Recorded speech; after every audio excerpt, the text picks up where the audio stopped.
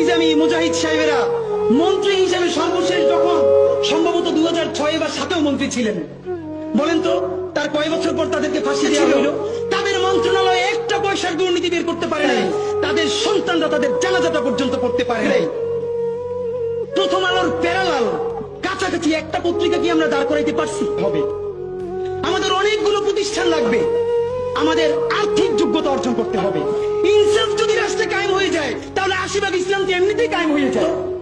বাংলাদেশের ইসলাম এবং মুসলমানকে বাঁচাইতে হইলে আমাদেরকে তুমুল যোগ্যতা অর্জন করতে হবে। এই চট্টগ্রামের সন্তান হাবিলদার রজমালির নাম কেউ বলে না, ইতিহাস থেকে নাই করে দিয়েছে। আপনারা তার নাম শুনেছেন? সিপাহী বিপ্লবে যদি দুইটা নাম থাকে, এর একটা মঙ্গল পান্ডে আর একটা হাবিলদার রজমালি, ইতিহাস পড়িও না, নতুন করে তৈরিও করি না, পাবলিকেশনও বানাই না, শুধু রাস্তা কাঁপাই দিলে হবে না ভাই।